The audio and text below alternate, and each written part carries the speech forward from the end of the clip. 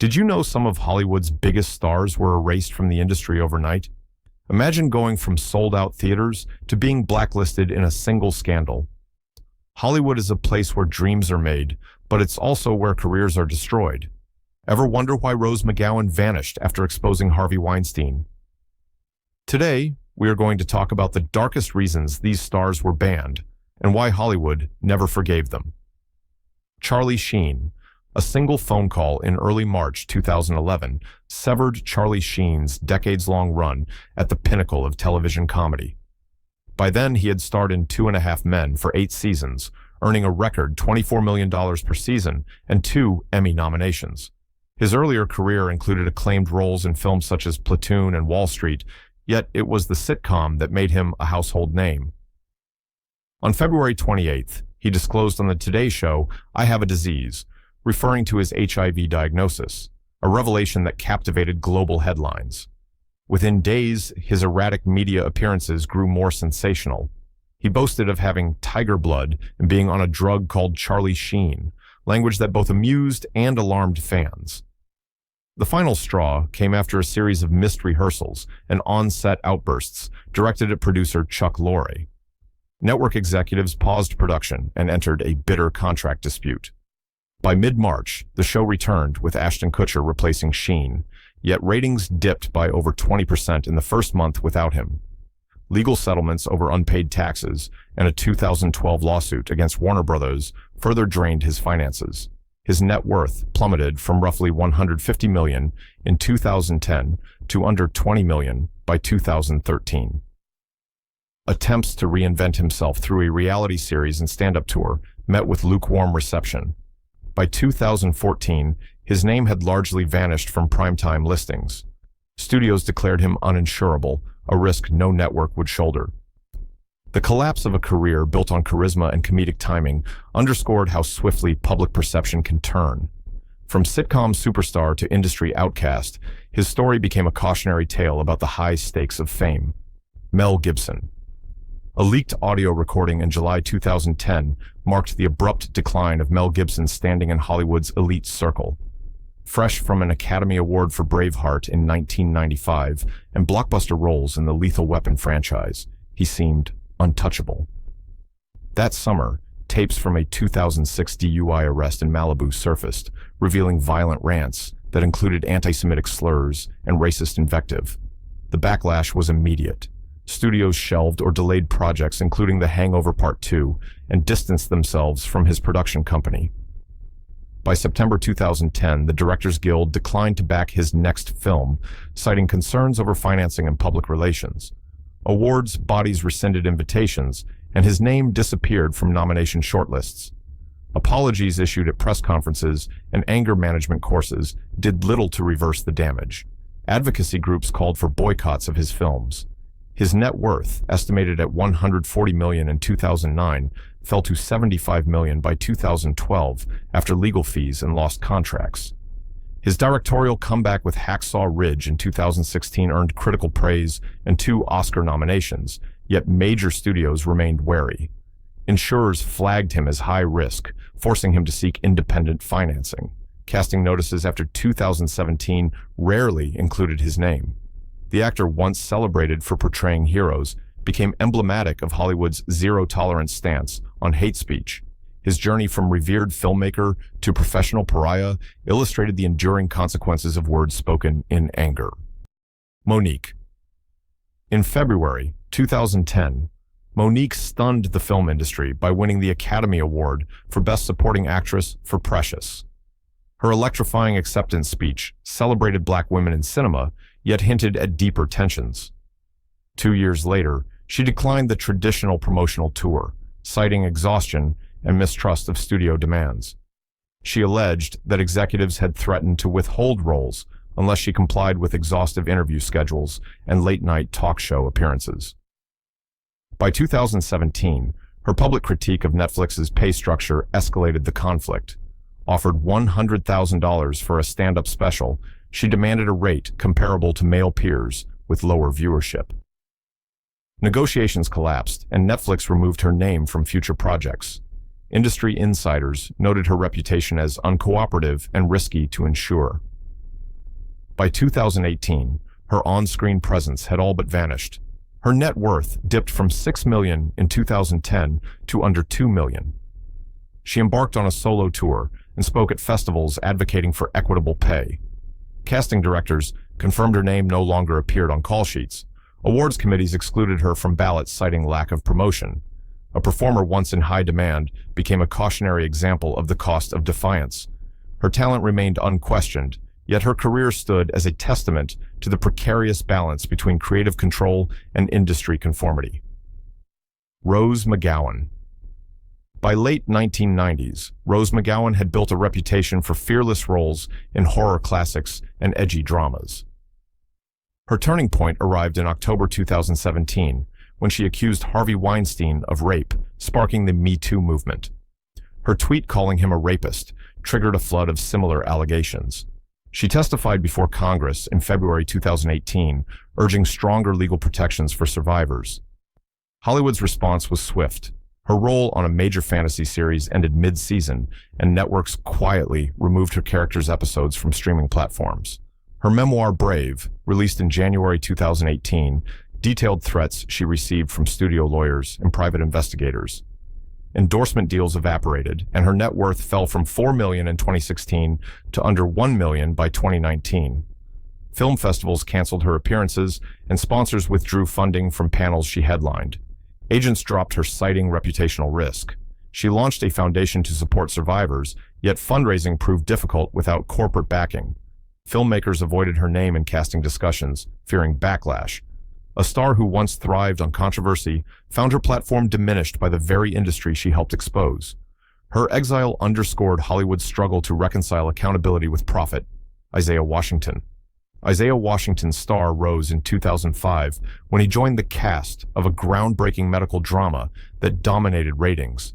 His portrayal of Dr. Preston Burke earned critical acclaim and steady viewership.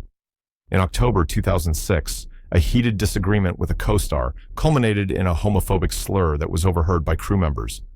Within days, network executives convened emergency meetings. Washington issued an apology on national television in November, yet the damage was irreversible. By May 2007, he was written out of the series in a dramatic season finale that left fans outraged. His departure coincided with a sharp drop in ratings. His net worth, estimated at $6 million in 2007, fell to under $2 million by 2009 after lost salary and agent fees.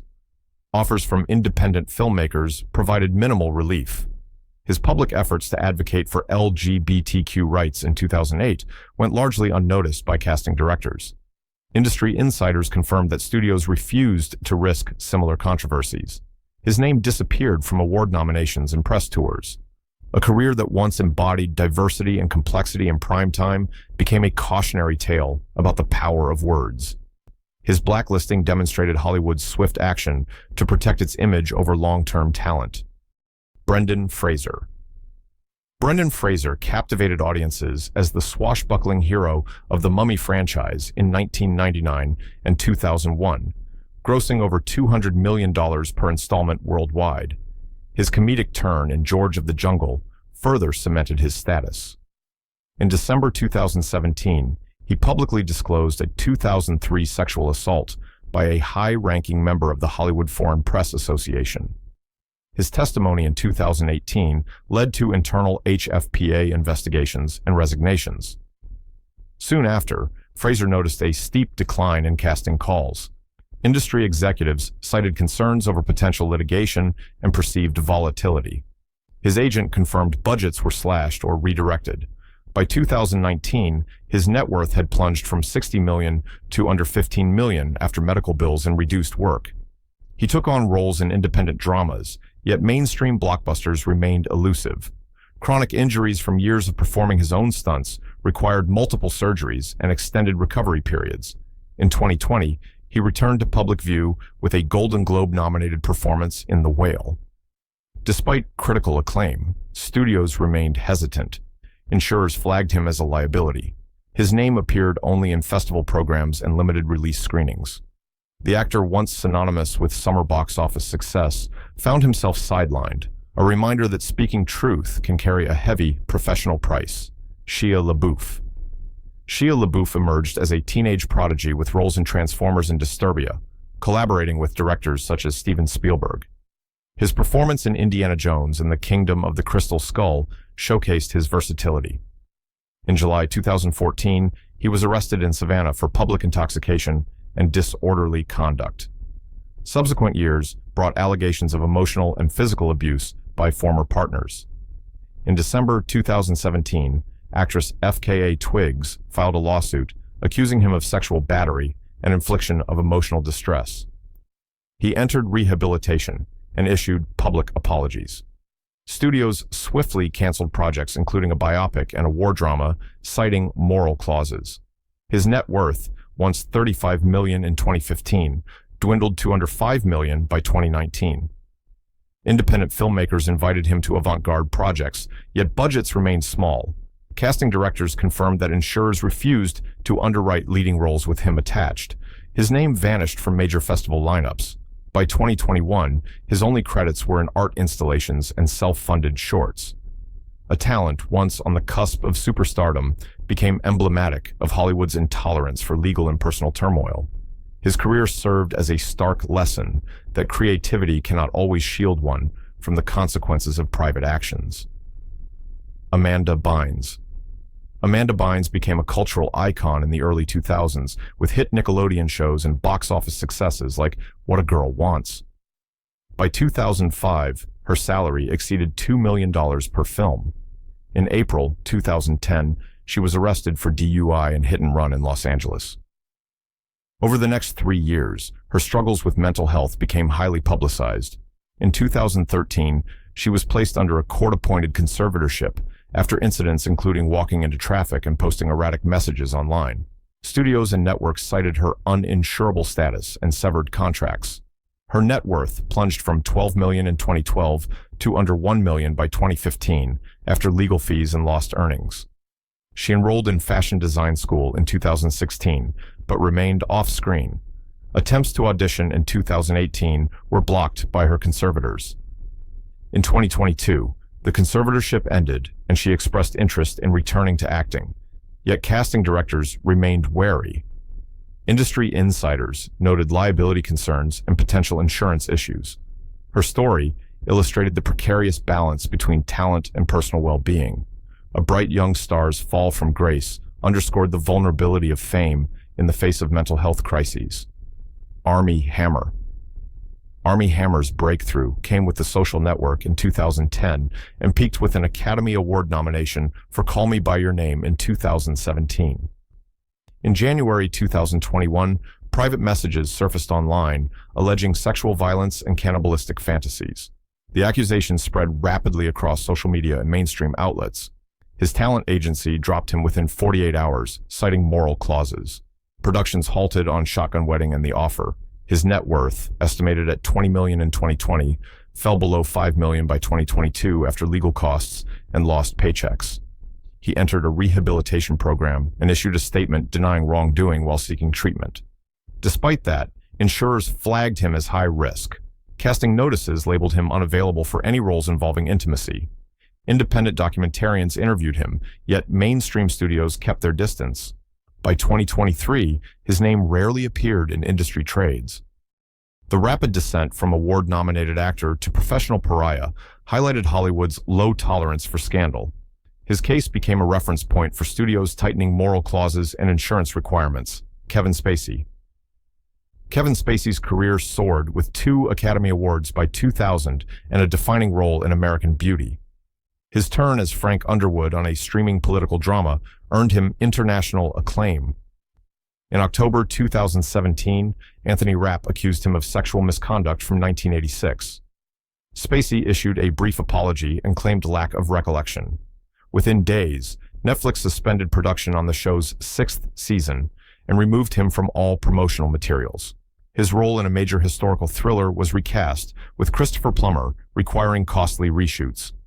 The Academy rescinded his Lifetime Achievement honor, and major film festivals barred him from appearances. His net worth declined from $100 million in 2016 to under $20 million by 2019 after settlements and lost contracts. He attempted a stage comeback in London and Italy, but found no footing in the American industry. casting directors confirmed insurers refused coverage for any project featuring him. A performer once celebrated for his craft became emblematic of Hollywood's swift and decisive response to allegations. His fall from grace happened in a matter of weeks and served as a stark example of accountability in an era of heightened scrutiny. Dorothy Comingore. Dorothy Comingore's face first captivated audiences in 1941 as Susan Alexander Cain, yet her name soon became synonymous with Hollywood's darkest purge. Born on December 24, 1913 in Berkeley, California, she won acclaim for her raw portrayal of a troubled singer in Citizen Kane. Just 2 years later, a telegram arrived from studio executives accusing her of communist sympathies. In 1952, she testified before the House Un-American Activities Committee and refused to name colleagues. Soon after, she faced charges of perjury tied to a payroll scandal in Los Angeles, though evidence remained flimsy. By 1955, she was arrested on suspicion of shoplifting a jar of face cream, and her mugshot circulated widely in tabloids. Studios quietly removed her from casting lists and stripped her credit from re-releases of Citizen Kane. Her net worth evaporated from $30,000 to mere hundreds. She drifted between minor stage roles and odd jobs until health problems forced her into obscurity. Friends recalled her haunted eyes and trembling voice at parties where she would murmur about betrayal and lost opportunities. She died on December 7, 1971, alone in her apartment, her body unclaimed for days. In death, as in life, she remained a casualty of Hollywood's fear-driven blacklist, her talent buried beneath suspicion. John Garfield. John Garfield's gravelly voice once echoed through the most prestigious sound stages yet. By 1951, it had fallen silent. Born Jacob Julius Garfinkel on March 4, 1913 in New York City, he rose from street theater to Oscar nominations for Gentleman's Agreement and Body and Soul. His performances resonated with working-class authenticity and drew the attention of studio heads. In May of 1951, he received a subpoena from the House Un-American Activities Committee and refused to answer questions about his political beliefs. He invoked his Fifth Amendment rights and walked out under thunderous headlines. Within weeks, he found himself dropped by his talent agency and unofficially blacklisted. Offers vanished, and the salary he once commanded at Metro-Goldwyn-Mayer disappeared. By 1952, he complained of chest pains and mounting stress from legal battles. On May 21st of that year, at age 39, he collapsed and died of a heart attack. Studio records later revealed that producers feared insurance risks and pressured him to conform. His funeral drew only a handful of mourners as Hollywood moved on. Decades later, scholars would point to Garfield's fate as one of the blacklist's earliest tragedies. His career and life cut short by political hysteria, he remains a symbol of talent, sacrificed at the altar of fear. Barbara Payton. Barbara Payton embodied the promise of post-war Hollywood, yet her downfall unfolded in tabloid glare. Born on November 23, 1927 in Cloquet, Minnesota, she dazzled with her platinum hair and vibrant screen presence in Kiss Tomorrow Goodbye, alongside James Cagney. In 1951, she became entangled in a sensational love triangle with actors Franchot Tone and Tom Neal. After a reported fistfight outside a Phoenix hotel, her image shifted from ingenue to scandal magnet. Studio executives branded her unmarketable, and her contract with Universal International was terminated in early 1952. She married Tone on July 28th, only to file for divorce weeks later amid public accusations of infidelity. Alcohol and drug use intensified her erratic behavior. Arrests for public drunkenness and disorderly conduct followed in 1953 and 1954. Her net worth plunged from $100,000 to near zero. She struggled for work in B-movies and live-in burlesque shows. By the late 1950s, she had undergone multiple cosmetic surgeries, attempting to reclaim her former glamour. In May of 1967, she collapsed in her apartment and died of acute alcohol poisoning at age 39. Her final years were spent in poverty and obscurity. Barbara Payton's meteoric rise and devastating fall remain a stark reminder of how swiftly Hollywood can cast aside even its brightest stars when scandal eclipses talent. Jeffrey Jones. Jeffrey Jones once lent warmth to family comedies, yet in 2003, his career derailed in a single courtroom appearance. Born on September 28, 1946, in Buffalo, New York, he charmed audiences as Principal Rooney in Ferris Bueller's Day Off and brought nuance to roles in Beetlejuice and Amadeus. On May 20th of that year, police discovered explicit images of minors in his Los Angeles home. He was arrested and charged with possession of child pornography and failure to register as a sex offender. The plea deal he accepted in September 2003 required 18 months of probation and enrollment in a sex offender treatment program. Studios immediately severed ties and dropped projects in development. His net worth evaporated from nearly $2 million to under $100,000 after legal fees and lost residuals. Agents refused to represent him, and casting notices excluded his name. Publicists distanced themselves to avoid association with his crimes. He returned sporadically to theater roles in small regional companies, yet found no path back to film or television. By 2010, his name appeared only in criminal registries. The actor who once evoked comedic charm became a cautionary footnote in Hollywood history. His exile underscored the industry's zero-tolerance policy for offenses against children and the irreversible impact of criminal conviction. Fatty Arbuckle. Fatty Arbuckle's laughter once filled silent cinemas until a scandal in 1921 turned adoration into outrage. Born on March 24, 1887 in Smith Center, Kansas, he rose to become one of the highest-paid actors at Paramount, earning $1 million a year. On September 5, 1921, at a San Francisco party, he was accused of assaulting actress Virginia Rapp, who died 4 days later. The first two manslaughter trials ended in hung juries. The third, in April 1922, acquitted him, but the damage was done.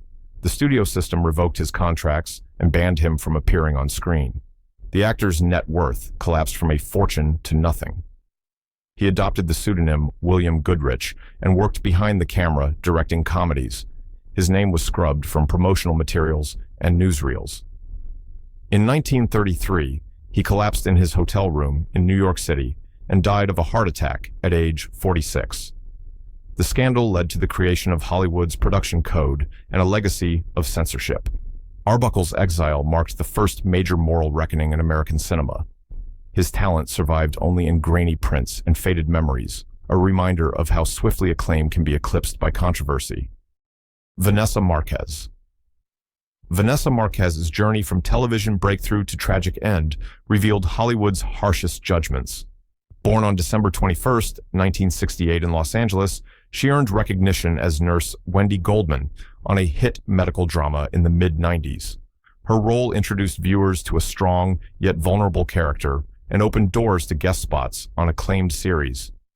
In 2000, she began speaking out about racism and exploitation on set, citing pay disparities and offensive casting. She claimed studios retaliated by removing her from storylines and blacklisting her from future television roles. By 2004, she found herself unable to secure auditions, despite her Emmy-nominated performance. Struggles with bipolar disorder and depression intensified. On August 30th, 2018, police responded to a welfare check at her South Pasadena apartment and attempted to de-escalate a crisis. The confrontation ended with her being shot and killed by officers. No charges were filed after the incident was ruled justifiable. Her net worth had dwindled from several $100,000 to nothing. Colleagues remembered her as passionate and outspoken, yet noted how quickly studios cut ties. Her death sparked debates about mental health care and police intervention. Vanessa Marquez's exile from television and tragic final moments underscore the industry's failure to support artists facing personal and systemic challenges. Howard Rollins. Howard Rollins's commanding presence shone in award-winning roles, yet addiction and legal troubles dimmed his star. Born on October 17, 1950, in Baltimore, Maryland, he earned an Academy Award nomination for his portrayal of Coalhouse Walker Jr. in Ragtime in 1981. In 1983, he was arrested for cocaine possession in Beverly Hills and entered rehabilitation. Producers of his hit television series dismissed him from the cast in 1988 after repeated drug-related arrests. his salary plummeted from $100,000 per episode to no income as offers vanished. In 1992, he faced misdemeanor charges for driving under the influence and reckless driving. His reputation as unreliable and uninsurable spread through casting offices. By 1995, he managed only a handful of independent film roles and guest appearances. His net worth dwindled from $2 million in 1985 to under $50,000 by 1996 after legal fees and lost earnings. On December 8, 1996, at age 46, he died from complications of AIDS exacerbated by years of substance abuse. Industry insiders later admitted they feared negative publicity more than offering support. His final performance remained unfinished and largely unseen. Howard Rollins's exile from mainstream projects highlighted the industry's harsh response to addiction and illness. Sondra Locke. Sondra Locke's ascent to stardom alongside Clint Eastwood gave way to a bitter legal battle that cast her into professional limbo. Born on May 28, 1944 in Shelbyville, Tennessee, she won acclaim for her role in The Heart is a Lonely Hunter, earning an Academy Award nomination in 1968. Her relationship with Eastwood began in 1975 and produced multiple hit films. When they parted ways in 1989, she filed a palimony suit alleging emotional and professional retaliation. The lawsuit exposed behind-the-scenes power dynamics and claimed she was blacklisted by Eastwood's circle. Studios removed her name from development meetings and shelved scripts she had written. Her net worth fell from $4 million in 1988 to under $500,000 by 1992 after legal costs. She turned to directing and independent theater, yet found funding scarce.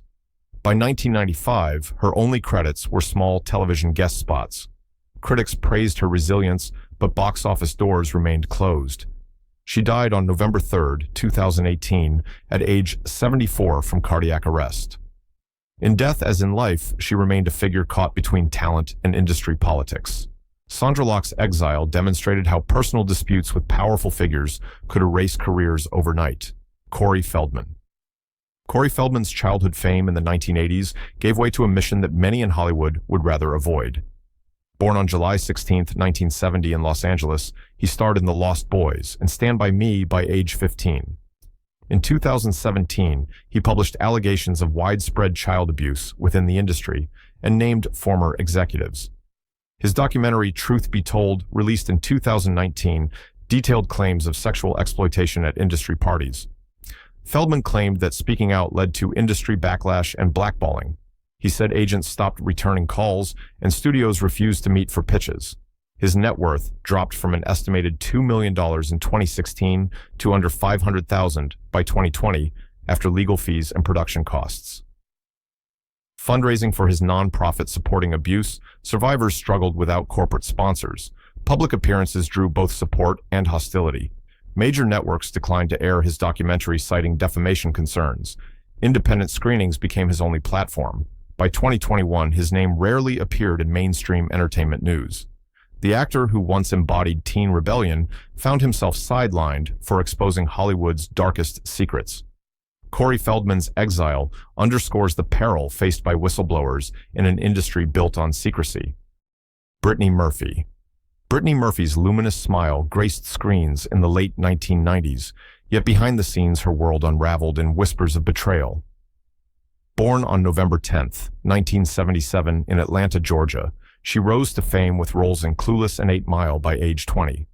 In 2003, she married British writer Simon Monjack and publicly supported his blacklisting after he was accused of forging documents to obtain U.S. work visas. Industry insiders claimed her defense of Monjack led studios to view her as too controversial to insure. By 2006, film offers dwindled and her salary demands were rejected. She turned to television guest roles and voiceover work, but budgets were minimal. Her net worth fell from $3 million in 2004 to under $200,000 by 2008, after legal fees and Monjack's mounting debts. On December 20, 2009, she collapsed in her Los Angeles home and died from pneumonia, exacerbated by anemia and multiple drug intoxication. Monjack died 5 months later under similar circumstances. Studios refused to revisit her final films, and her death sparked conspiracy theories about foul play. The industry that once celebrated her talent now treated her legacy with caution. Brittany Murphy's exile from Hollywood screens reflected how alliances and personal loyalties can become career liabilities. Charlie Chaplin. Charlie Chaplin's exile began long after his silent comedies conquered the globe. By 1940, his iconic tramp character had made him one of the richest and most influential figures in cinema. His earnings topped $3 million per film, and he controlled United Artists alongside Douglas Fairbanks and Mary Pickford. Yet, during the Red Scare, his political views drew suspicion. In May 1952, the newly inaugurated Immigration and Naturalization Service denied his re-entry to the United States after a London trip. Government officials cited concerns over moral turpitude and alleged communist sympathies. Chaplin settled in Switzerland at age 63, vowing never to return. His American net worth, once estimated at $30 million, remained locked behind barriers of ideology. He continued making films overseas, including A King in New York in 1957, a satire of McCarthyism. In 1972, he received a Special Academy Award for the incalculable effect he has had in making motion pictures the art form of this century. Despite this honor, he never lived or worked again in Hollywood. His name was removed from studio contracts, and his likeness seldom appeared in retrospectives until after his death in 1977. The man who built laughter into a global language ended his days under alpine skies, a master of his craft, yet an exile from the industry he helped create. Gale Sondergaard. Gale Sondergaard became Hollywood's first casualty of the blacklist in 1947. Born on February 15, 1899, in Litchfield, Minnesota, she won an Academy Award for Best Supporting Actress in 1940 for The Letter. Her career included memorable roles in The Thief of Baghdad and The Mark of Zorro. In October 1947, the House Un-American Activities Committee released a pamphlet naming her among suspected communists. Without formal charges, she lost her studio contract and was unceremoniously dropped from a high-budget Cecil B. DeMille epic. By 1950, offers vanished, and her salary plummeted from $3,500 per week to nothing. She turned to regional theater and occasional radio work, yet screen appearances ceased. In 1955, she moved to England seeking roles but found none. Her net worth dwindled to modest savings from early successes. When the blacklist ended in the 1960s, studios failed to reintegrate her. She made a final uncredited appearance in 1979, yet the glow of her earlier acclaim never returned. Gale Sondergaard's fall illustrated how mere association with left-leaning politics could erase a career overnight. Bill Cosby. Bill Cosby once reigned as America's dad, earning hundreds of millions from The Cosby Show and stand-up specials. By 2000, his net worth surpassed $400 million. Revered for family-friendly humor, he held multi-year contracts with major networks and sponsors. In December 2014, former model Andrea Constand filed a civil lawsuit accusing him of sexual assault in 2004. Over the next 3 years, more than 60 women came forward with similar allegations. In April 2018, he was convicted of aggravated indecent assault and sentenced to 3 to 10 years in prison. Networks swiftly removed reruns of his shows, and streaming platforms pulled his specials. Sponsors ended licensing deals, and publishers withdrew his books. His fortune evaporated under legal fees and lost royalties, dropping to under $20 million by 2020.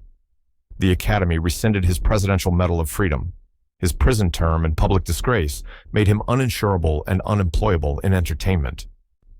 In June 2021, his conviction was overturned on procedural grounds, yet the industry remained distant. The star who once embodied wholesome comedy became a symbol of fall from grace, his legacy irreparably tarnished. Larry Parks. Larry Parks achieved fame in 1946, portraying Al Jolson in The Jolson Story, earning an Academy Award nomination and a salary of $100,000. Born on December 13, 1914 in Olathe, Kansas, he parlayed this success into leading roles throughout the late 1940s. In May 1951, the House Un-American Activities Committee summoned him to testify about communist affiliations. He admitted past membership in left-wing groups and named colleagues. Despite his cooperation, studios deemed him tainted. By 1952, his contract with Columbia Pictures was terminated and projects in development were canceled. His weekly pay of $1,500 ceased and offers dried up. He attempted a comeback in live television, yet found doors closed. His net worth declined from nearly $1 million to under $100,000 by 1955, after agent fees and lost earnings. In 1961, he made a brief screen return, but never regained leading man status.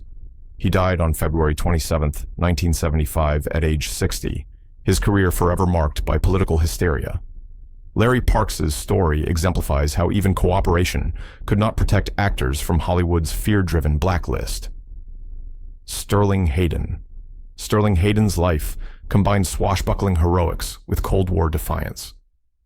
Born on March 26, 1916 in Montclair, New Jersey, he rose to fame in The Asphalt Jungle and The Godfather decades later.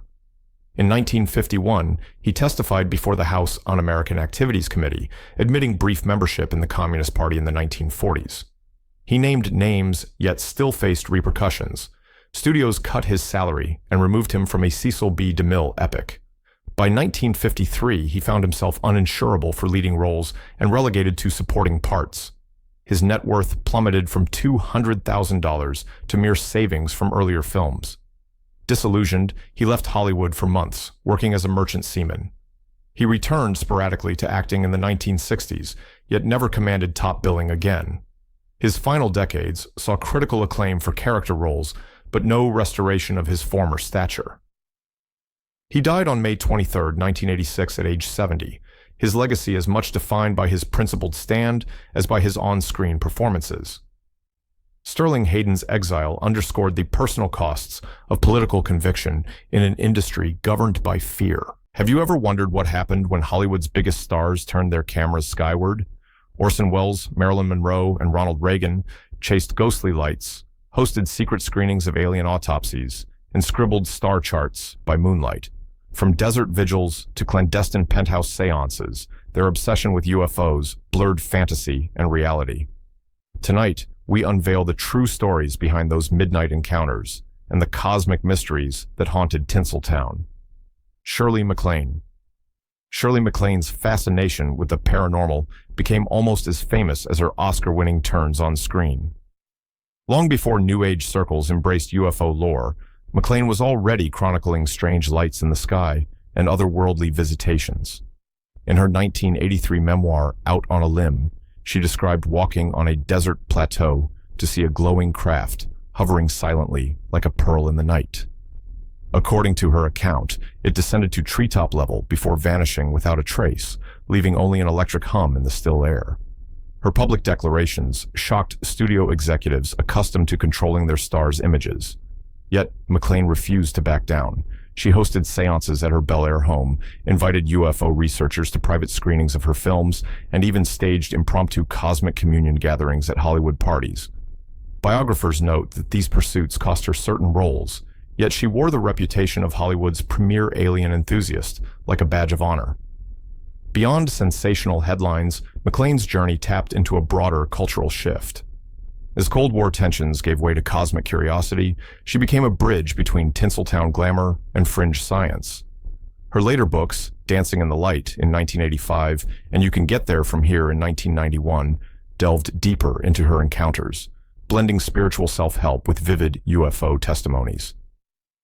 In the end, MacLaine's legacy in Hollywood is twofold: a trailblazing actress who never shied from cosmic questions, and a public figure who dared to claim that sometimes the biggest mysteries lie not on the soundstage, but beyond our planet. Gene Barry.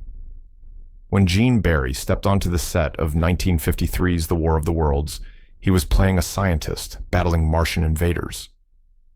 In the late 1960s, Barry began attending UFO conventions across the American Southwest, rubbing elbows with ranchers who swore they'd seen saucers skim the desert floor.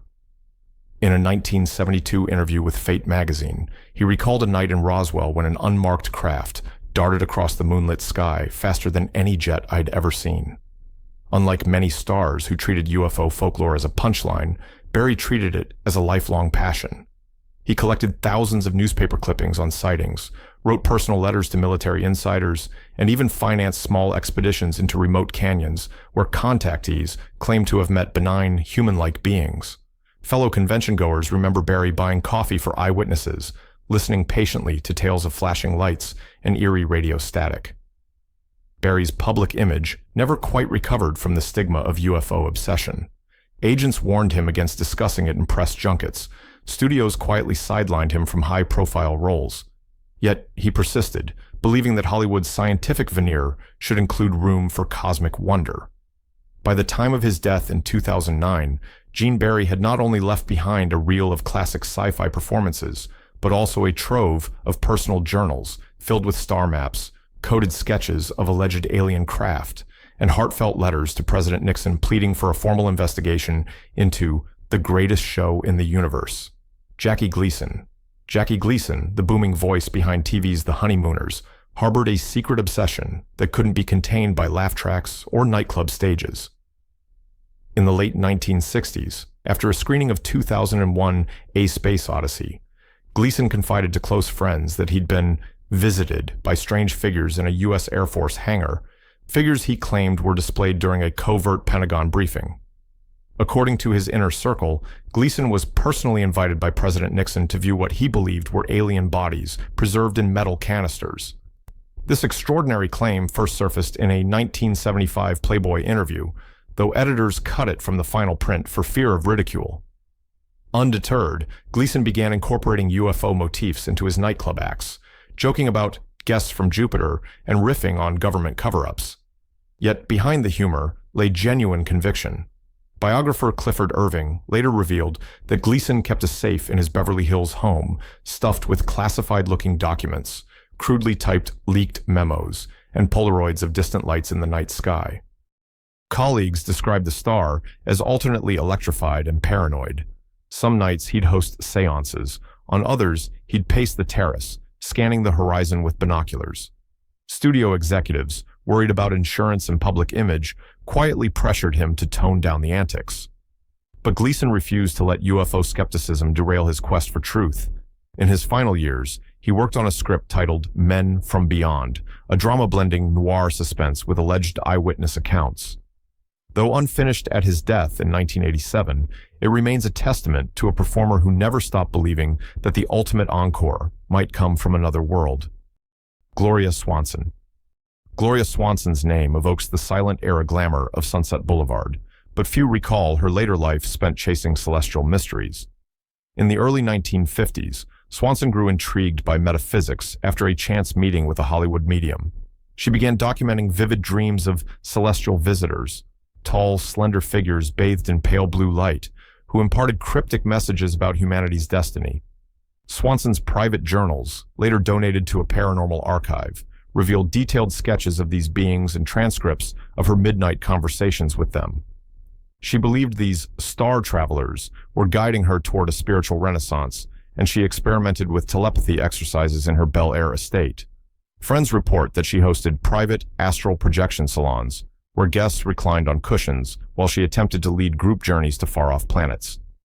Despite her legendary status, Swanson faced ridicule when she spoke publicly of these experiences.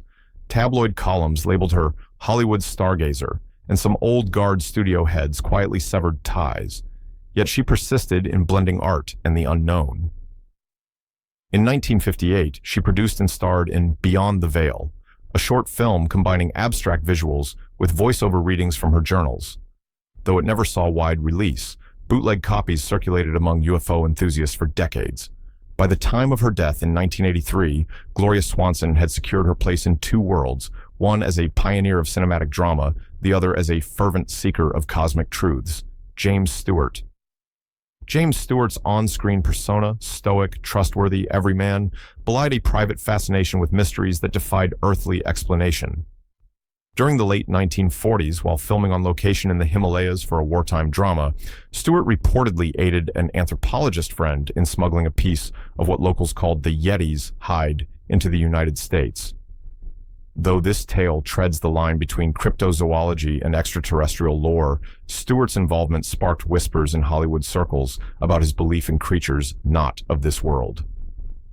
Back in Los Angeles, Stewart joined a small, invitation-only society of scientists, writers, and actors who met monthly to discuss UFO sightings. Minutes from those gatherings, now housed in a private collection, detail his calm voice, recounting sightings of triangular craft, silent as shadows, and sharing grainy film strips captured by private pilots. Fellow members recall Stewart's methodical approach. He'd cross-reference military radar logs, weather reports, and civilian testimonies before drawing any conclusion. Studios tolerated his extracurricular interests so long as he delivered box office hits. But as UFO mania peaked in the 1950s, producers began to worry about his image. Stewart was quietly nudged away from press conferences when UFO questions surfaced, yet he never disavowed his beliefs. In later interviews, he'd offer enigmatic smiles and deflect with quips about a universe too vast to dismiss. By the time of his death in 1997, James Stewart left behind not only a filmography of American classics, but also a lesser-known legacy, that of a Hollywood legend unafraid to entertain the possibility that somewhere beyond our clouds, life might take forms we've only begun to imagine. Rock Hudson. Few stars embodied the classic matinee idol more than Rock Hudson. Yet, behind the camera, his fascination with UFO lore was anything but conventional. In the mid-1950s, Hudson began circulating among a circle of private collectors who traded purported alien artifacts. Letters uncovered in his estate reveal that he purchased Polaroids, claiming to show gray-skinned figures at close range, paying thousands of dollars to keep them out of the tabloids. Hudson's interest deepened in 1961 after a friend invited him to a secret screening of alleged alien autopsy footage in a Beverly Hills mansion. According to attendees, Hudson sat transfixed as grainy images depicted humanoid bodies laid out on stainless steel tables. He quizzed the host on provenance, demanded copies of original negatives, and reportedly offered to finance a follow-up investigation. Studio executives, fearing damage to his all-American image, warned him to stay silent, but Hudson never renounced the footage. By the late 1960s, his Hollywood persona had split into two worlds, the suave leading man and the midnight investigator chasing cosmic truth. On location in Spain for Seconds in 1966, he and director John Frankenheimer spent evenings on mountaintops scanning the sky with borrowed military binoculars. Crew members recall Hudson scribbling star charts in his script margins, marking dates of reported sightings. Though Hudson never published his findings, friends say he confided in them about plans to open a Cosmic Research Institute in Palm Springs. His untimely death in 1985 left those ambitions unrealized, but the trove of classified-style documents found in his safe suggests that, for Hudson, Hollywood glamour and alien fascination were two sides of the same star-struck coin. Ronald Reagan. Long before the Oval Office, Ronald Reagan's Hollywood tenure included more than cowboy roles in Western sets. It featured a personal UFO encounter that he recounted throughout his political career. In 1974, while piloting his private plane over Bakersfield, Reagan described seeing a metallic disc as big as a bus trailing alongside him for several minutes. The former actor turned governor later mentioned the incident in private dinners, noting that Air Force escorts eventually intercepted the object. Reagan's aides, sworn to secrecy, kept the story under wraps until the 1980s, when transcripts from his presidential diaries surfaced. In one entry dated June 12, 1974, he wrote, "An unmarked craft hovered near my wingtip. Instruments fluctuated. No conventional explanation." Political historians speculate that Reagan's fascination with the phenomenon influenced his later calls for openness on UFO files, culminating in his 1987 directive to declassify certain aerospace reports. Hollywood colleagues remember Reagan pressing co-stars for their own sightings. On the Bedtime for Bonzo set in 1951, he purportedly paused between takes to point out a silver shape against the dusk sky. Though dismissed as promotional flair, those who knew him best insist the sightings left him genuinely unsettled and deeply curious about what lay beyond Earth's atmosphere. Reagan's dual identity, as Hollywood leading man and future world leader, lent credibility to his claims. His public remarks, delivered with the same reassuring drawl that won him millions of fans, helped legitimize UFO discourse in mainstream politics. Decades after his death in 2004, his memoirs remain a key source for researchers tracing the evolution of governmental interest in extraterrestrial phenomena. William Holden. On the African plains filming The Lion in 1955, William Holden encountered more than wild beasts. During a nighttime campfire screening of local footage, he and cinematographer Georges Perrenal witnessed a formation of lights moving in perfect V formation, yet no aircraft or stars corresponded to the pattern. Holden's journal entry for November 3, 1955, describes silent lanterns drifting across the savannah like migrating spirits. Back in Hollywood, Holden joined an informal network of actors and pilots who traded first-hand UFO reports. His friendship with test pilot Pete Everest granted him access to military radar logs showing unexplained blips near Edwards Air Force Base.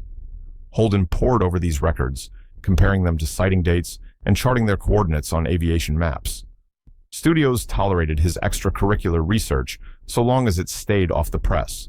But when Sabrina premiered, tabloids leaked whispers of Holden's midnight sky vigils. Insurers balk at covering his flights. Producers insisted he cancel aerial publicity stunts. Undeterred, he purchased his own radar-equipped Cessna and continued nighttime patrols, logging hours in a leather-bound flight log marked with cryptic symbols. Holden's UFO pursuits remained largely private until after his death in 1981, when a sealed trunk of sighting reports and pilot testimonies emerged at auction. Though never definitively proven, the documents reveal a man driven by genuine wonder and a belief that the greatest stories lie not on film reels, but high above Earth's horizon. Mae West. By the late 1960s, Mae West, Hollywood's ultimate femme fatale, had transformed into an unexpected evangelist for cosmic contact. In a 1968 interview with the National Enquirer, she claimed to receive telepathic messages from men in spacesuits who guided her creative impulses. West insisted these beings spoke through her during midnight trances, dictating poetry she later read at private salons. Her eccentricity alarmed studio heads, but it thrilled New Age circles. West hosted weekly cosmic soirees at her Beverly Hills home, where she and guests, ranging from socialites to ufologists, attempted to establish direct communication with extraterrestrials via Ouija boards and drum circles. Photographs from these gatherings show West adorned in sequined robes, holding a crystal orb as she gazed skyward. In her autobiography, Goodness Had Nothing to Do with It, in 1974, West devoted a chapter to the visitors, describing them as benevolent architects of human evolution. She wrote of visions where she floated above Hollywood Boulevard, flanked by pale-skinned guides who urged her to spread the word of cosmic love. Tabloid coverage painted West as a harmless eccentric, but insiders say she took her mission seriously. She drafted outlines for a screenplay titled Galactic Queen, featuring a Hollywood star who brokers peace between Earth and an alien federation. Although the project never reached production, surviving drafts reveal West's trademark wit intertwined with earnest appeals for universal harmony. Frank Sinatra. Frank Sinatra's world-weary croon and sharp suits belied a private conviction. Life on Earth was only part of a much larger story. In the early 1950s, Sinatra began attending closed-door gatherings of military officers and intelligence operatives who claimed access to UFO dossiers. He arrived unannounced at one such meeting in Palm Springs, reportedly insisting on seeing classified film reels of non-human bodies recovered from a crash site. Sinatra's entourage described him as both skeptical and enthralled, questioning every detail while refusing to dismiss the possibility. He allegedly pressed for corroborating witnesses, demanded polygraph tests of informants, and even offered to bankroll a public documentary exposing the truth. His star power, they say, nearly convinced Pentagon liaisons to authorize a controlled leak. On stage, Sinatra occasionally wove UFO allusions into his banter, joking about little green men wanting autographs. But backstage, he collected intelligence reports and annotated them with scrawled notes. Confirm with FBI, verify metal composition, cross-check with Roswell files. Studio brass quietly warned him to curtail his inquiries. Publicists steered interviews away from cosmic topics. In a 1969 letter to confidant Sammy Davis Jr., he mused that the universe has more stories than I have songs. After his death in 1998, a trove of classified-looking files surfaced among his personal effects, photographs, witness statements, and handwritten logs, suggesting that, for Sinatra, the ultimate encore might lie not in Vegas, but among the stars. Sammy Davis Jr.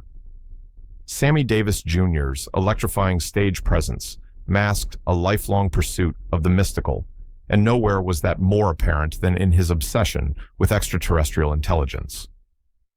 In the late 1950s, Davis joined a clandestine circle of Hollywood mystics who met under the code name Project Stargazer. Meeting notes reveal his fascination with astral projection as a means of contacting alien minds.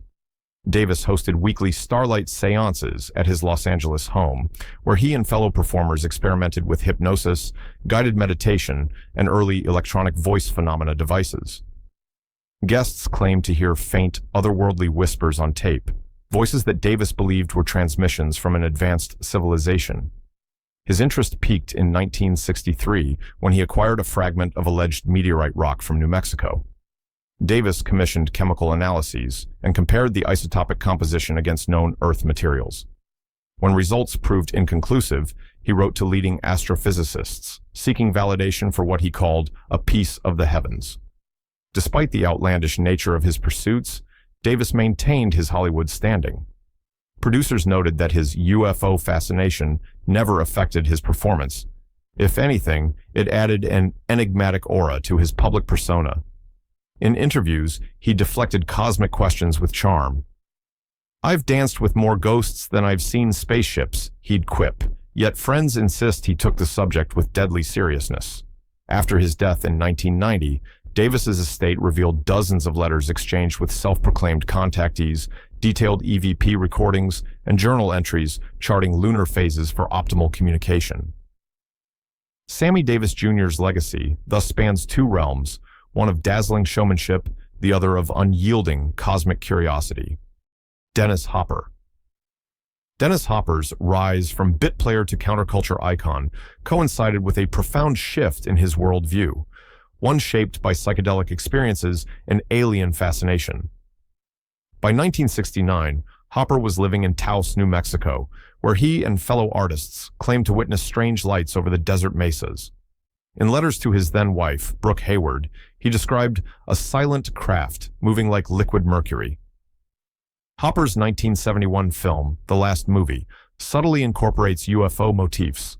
A crashed flying saucer in the desert becomes a recurring hallucination for the lead character.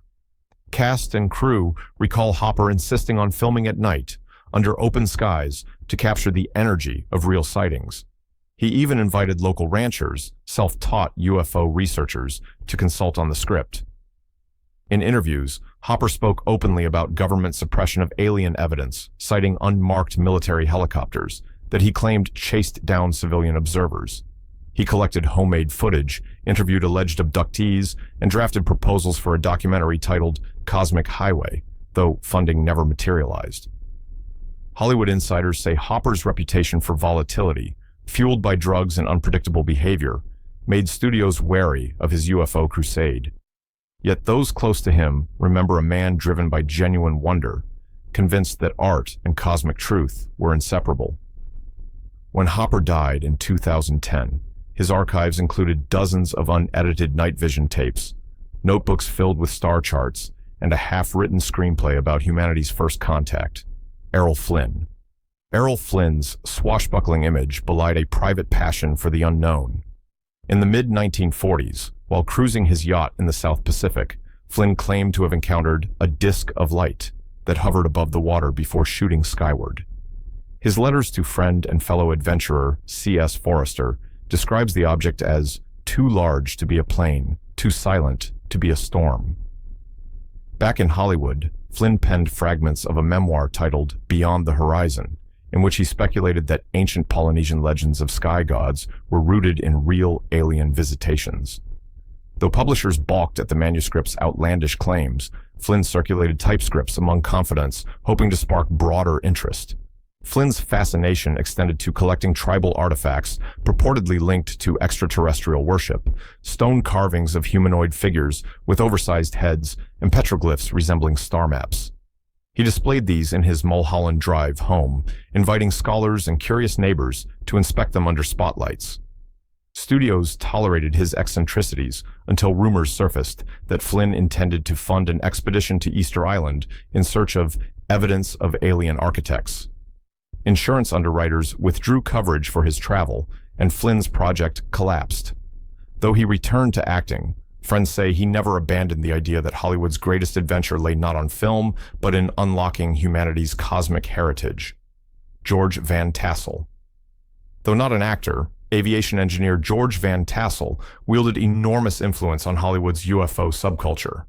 In 1953, he purchased the Giant Rock airstrip in the Mojave Desert and began hosting annual interplanetary conventions, drawing everyone from B-movie directors to bit-part actors.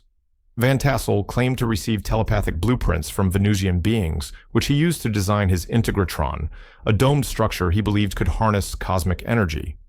Celebrities like John Carradine and Josephine Baker attended these gatherings, lending them an air of stardom. Van Tassel's lecture transcripts reveal impassioned pleas for planetary peace, mixed with technical diagrams of flying saucers. He sold memberships for hefty fees, promising access to secret sessions where contacts would relay messages from off-world civilizations. Hollywood insiders remember Van Tassel as both visionary and charlatan, yet his conventions fostered genuine exchange. Pilots shared radar anomalies, ranchers presented soil samples, and self-styled contactees described aerial craft that defied known aerodynamics. Van Tassel meticulously recorded each account in bound volumes, some now housed in university archives. Though he died in 1978, Van Tassel's legacy endures. His Integratron still stands, restored by enthusiasts who believe it can rejuvenate the human body. And the network he built between engineers, mystics, and Hollywood dreamers laid the groundwork for generations of starstruck UFO investigators. George Reeves. George Reeves, forever immortalized as television's first Superman, carried his character's otherworldly resonance into real life, believing that his on-screen powers hinted at truths beyond fiction.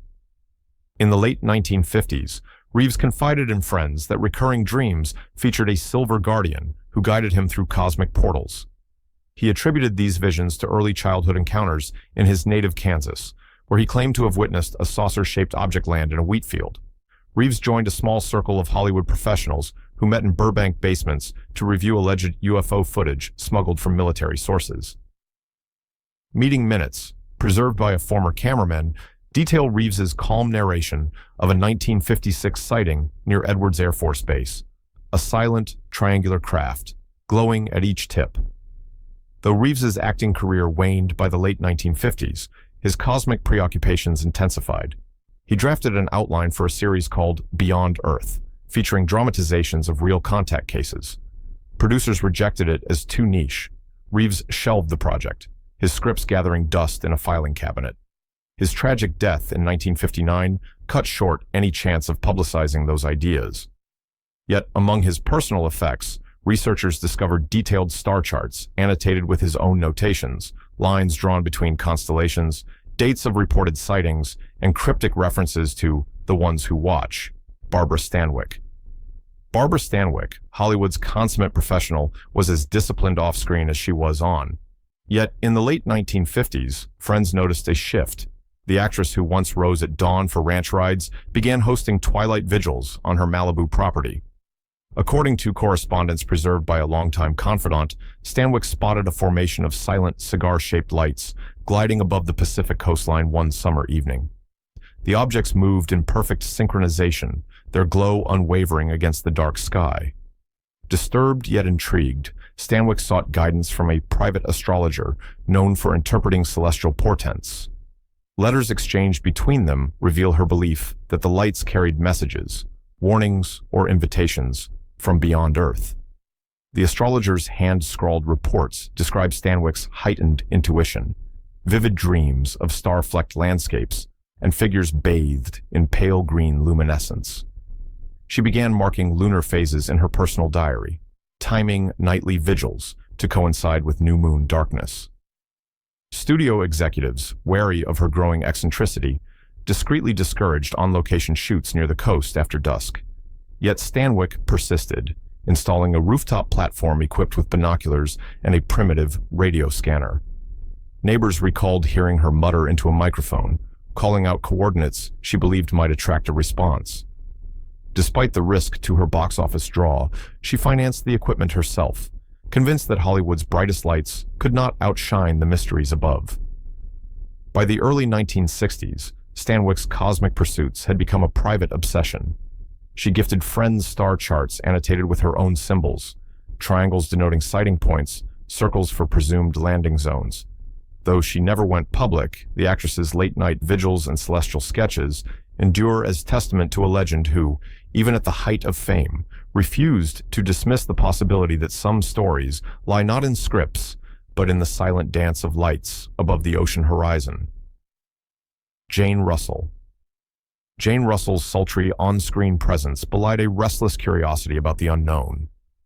In 1962, she purchased a retreat on Catalina Island, drawn by its remote vantage and clear skies. Letters found in her private archive describe how she invited a small circle of friends, screenwriters, stunt pilots, and amateur astronomers, to join her for nightly sky watches. Armed with binoculars, charted star maps, and a homemade driftwood puzzle meticulously timing each session to coincide with reported waves of sightings in Southern California. She kept a leather-bound logbook, noting dates, compass bearings, and descriptions. Silent silver discs, amber glowing spheres, and once, a formation of lights that parted like curtains. When the group recorded faint otherworldly broadcast. As word spread among her inner circle, Russell acquired more sophisticated gear, a surplus military telescope, a reel-to-reel tape recorder, and a stack of classified Air Force bulletins procured through a retired officer friend. She cross-referenced civilian reports with back snippets of alleged UFO audio for her guests. Gauging their reactions to fog sometimes obscured the view. Russell remained undeterred. She sketched crude diagrams of the island's western cliffs, marking vantage points where sightings clustered. Her dedication earned her the nickname Commander among the group, an affectionate nod to her leadership in the island's makeshift observatory. Even after selling the retreat, Russell continued her investigations in Los Angeles, carrying forward the conviction that somewhere beyond those coastal stars, mysteries awaited discovery. Peter Sellers. Peter Sellers arrived in Hollywood in 1958 as a celebrated British comic, but it was his encounter with the night sky over Mulholland Drive that left an indelible mark. According to a production memo from his first American film, Sellers abruptly abandoned the set one evening, binoculars in hand, chasing a bright, disc-like object gliding silently above the hills. Crew members found him perched on a soundstage roof, eyes fixed skyward, muttering, "It's not a plane. What in heaven's name is it?" Back at his rented bungalow, Sellers documented the sighting in letters to his friend Spike Milligan. He described a perfect circle of light, moving with intent, no strobe, no engine roar. The following day, he pressed studio press agents for technical details, wind speed, aircraft schedules, even local air traffic control logs, insisting on an explanation.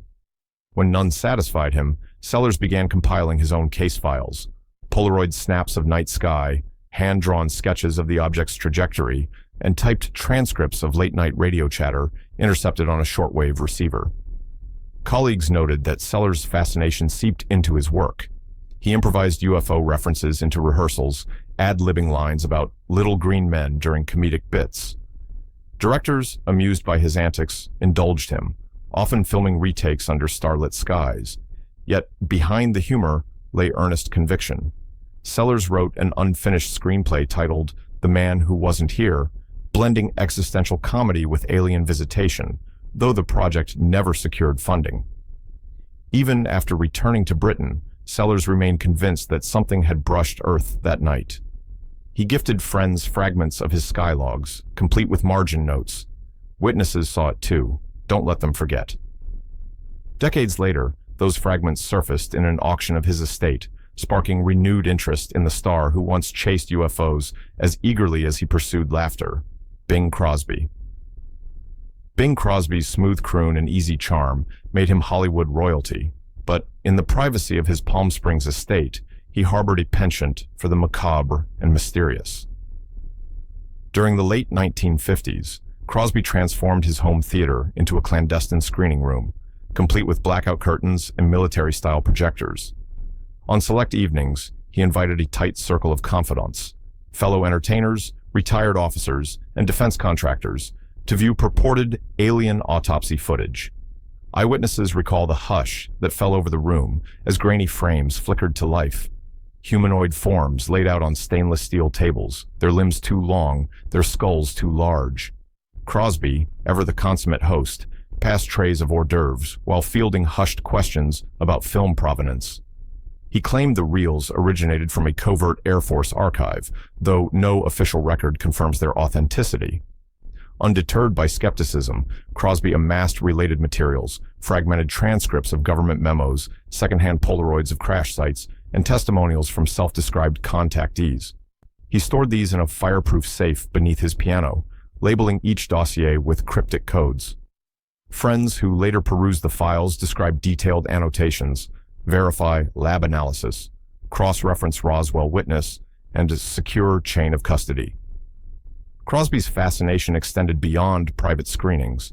He once attempted to produce a documentary blending his musical numbers with UFO testimony, envisioning a film that would marry entertainment with revelation. Studio executives balked, fearing public ridicule. The project stalled, but Crosby continued his research in solitude, convinced that exposing the truth was worth any professional risk. By the time of his death in 1977, Crosby had amassed a trove of materials that to this day fuel speculation.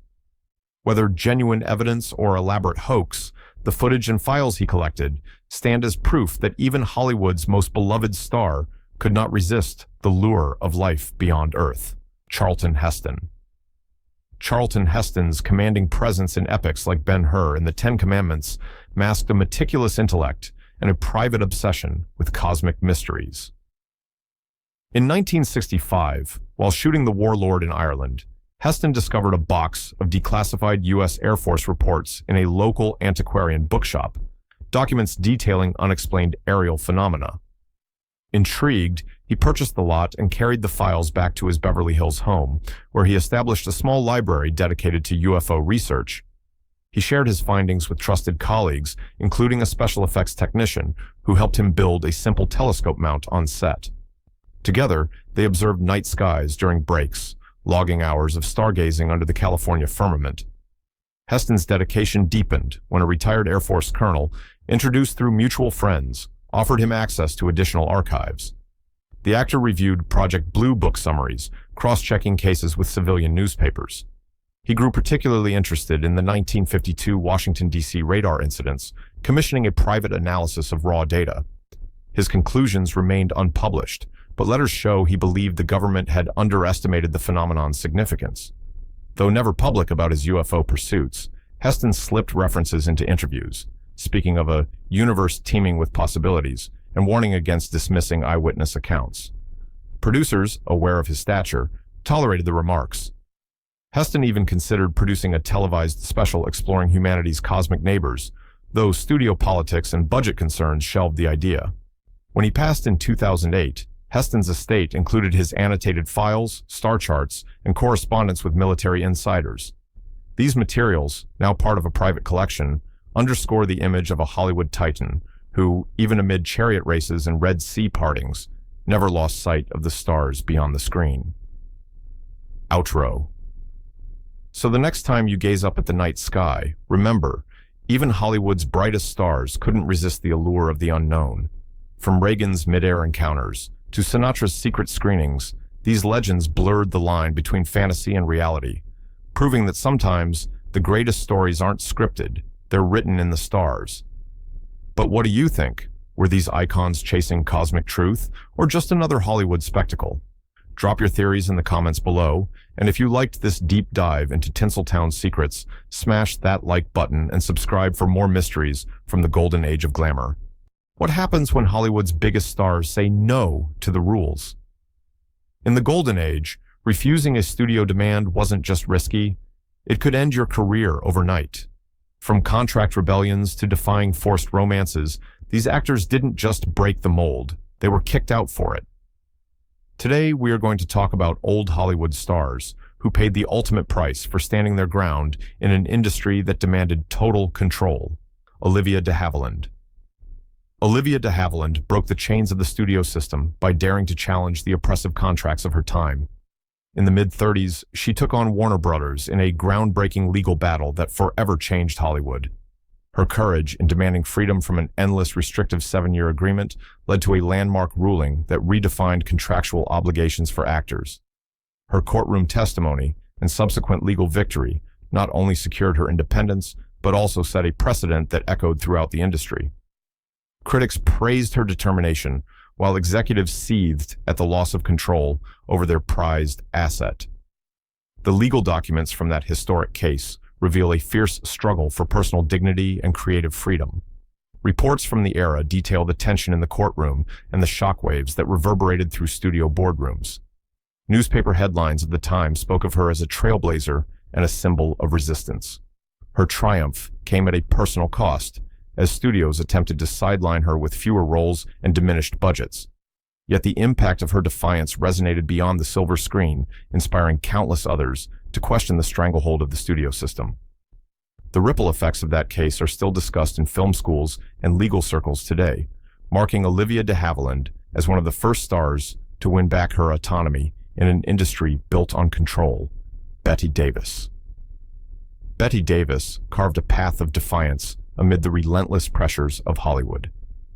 In 1936, when the major studios sought to confine her to roles that undercut her immense talent, she took a stand against being pigeonholed into inferior characters. Her legal battle against Warner Brothers was not merely about a contract, but a fight for creative respect. Court documents reveal that Davis challenged the studio's right to dictate every facet of her career, from script choices to co-stars. The courtroom drama unfolded with headlines lauding her uncompromising spirit and vilifying the studio's heavy-handed tactics. Although she did not win every legal battle, the fallout from her defiance was palpable.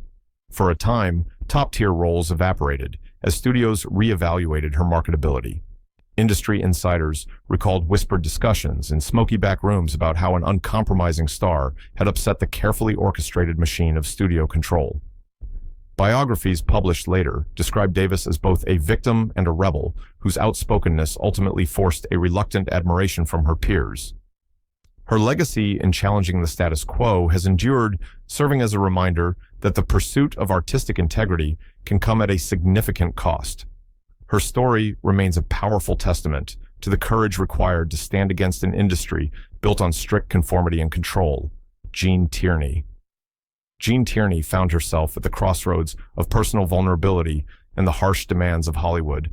Renowned for her captivating beauty and magnetic screen presence, she was expected to remain the flawless icon crafted by the studios.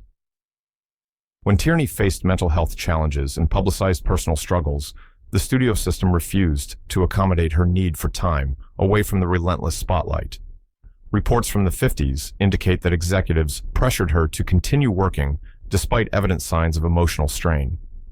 The studios demanded that she conceal her true state, enforcing strict routines and public appearances that did little to honor her well-being. Newspaper articles of the era painted a picture of a star battling inner demons while the system exploited her vulnerabilities. Confidential memos from studio heads suggest that Tierney's refusal to adhere to their scripted image led to her gradual isolation from major projects. Industry critics later described her career as a tragic interplay between talent and an unforgiving corporate machine. While her on-screen legacy remained intact, off-screen, the repercussions of defiance echoed through her later years. Her struggle against a rigid system that valued profit over personal health has been documented in various biographies. The records show that her career, once filled with promise, was curtailed by the very institutions that had once elevated her to stardom. Jean Tierney's journey is remembered not only for her cinematic contributions, but also for her poignant stand against the dehumanizing practices of an era gone by. Marsha Hunt. Marsha Hunt's unwavering commitment to her beliefs cost her dearly in the ruthless world of Hollywood. In an age marked by political hysteria, she refused to recant her outspoken views on civil rights and artistic freedom. When the pressure mounted during the height of anti-communist sentiment, Hunt stood firm, defying the studio-mandated silence that sought to bury dissent. Archival documents from the period detail her refusal to comply with the loyalty oaths demanded by industry authorities. Her courageous stance made headlines, casting her as both a fearless advocate for justice and a pariah among powerful studio executives. Her career, once on a promising trajectory, was abruptly derailed when she was quietly blacklisted. Letters from industry insiders reveal that her talent was overshadowed by the growing paranoia of the era. Her subsequent roles were scarce and often relegated to lesser-known films that did not reflect her full potential. Biographical records note that despite the heavy toll on her professional life, Hunt continued to support social causes and speak out on matters of freedom and fairness. The impact of her decisions is still analyzed by film historians who cite her case as emblematic of the era's political repression. Marsha Hunt remains a symbol of artistic integrity, a star who paid the ultimate price for refusing to compromise her ideals in an industry rife with conformity. Lee Grant. Lee Grant's defiant stance during one of Hollywood's most turbulent periods forever altered the trajectory of her career. When political pressures mounted and the threat of McCarthyism loomed large, she refused to betray her principles by denouncing her colleagues. Her decision to stand by her husband and support blacklisted peers resulted in an immediate and severe backlash from the studio system. Memoirs and public records from the early 50s reveal that executives labeled her as rebellious and uncooperative. Television news reports of the time detailed the controversy surrounding her public appearances at memorial services for those targeted by the anti-communist witch hunts. Her refusal to succumb to the fear-driven mandates of the House Un-American Activities Committee cast her into professional exile. Industry sources noted that her once promising career was reduced to sporadic low-budget film roles. Reviews in major newspapers from the period spoke of her talent while lamenting the loss of a star who had been silenced by an oppressive system.